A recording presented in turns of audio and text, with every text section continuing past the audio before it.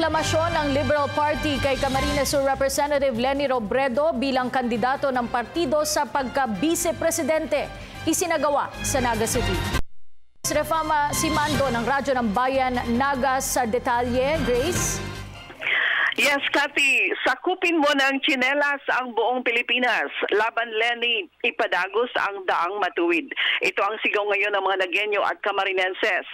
Sa katatapos lang na opisyal na proklamasyon ng Liberal Party Camsur Chapter ngayon para sa kandidatura sa pagkapangalawang Pangulo ng Bansa ni Congresswoman Leni Robredo, mistulang nagkatipon-tipon na naman ang liderato ng buong Camarines Sur. Dinaluhan ito ng maraming mga mayors, board members ng Camsur, mga barangay kapitan, women's groups, mga kabataan, pribadong sektor, buong pwersa ng Naga City Hall sa panguna ni Mayor Chan Bongat at Vice Mayor Nelson Legacion at ang lakas ng 3rd District na siyang kinakatawan ni Attorney Leni sa Kongreso. Lahat ay nagpahayag ng pagsuporta at pasasalamat sa masipag, mapakumbaba at matapat na paglilingkod niya sa distrito.